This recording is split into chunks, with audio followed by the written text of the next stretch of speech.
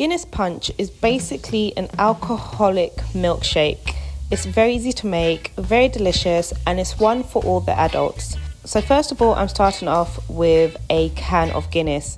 When I pour it in, I tilt the blender sideways to stop it from frothing too much. At this point, I actually switched to a food processor just because my blender decided to start leaking. And then I added in some nourishment, I added in some condensed milk. And here I'm also adding in some nutmeg, cinnamon and vanilla essence to give it some more sweetness. You want to blend this all together for about 10 seconds, not too long, otherwise it's going to froth too much.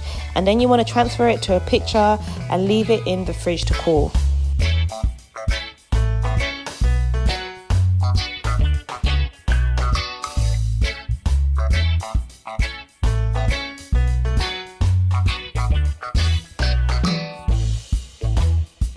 And then serve it with ice for something delicious and refreshing. Now, Guinness Punch is actually often drank on a Sunday.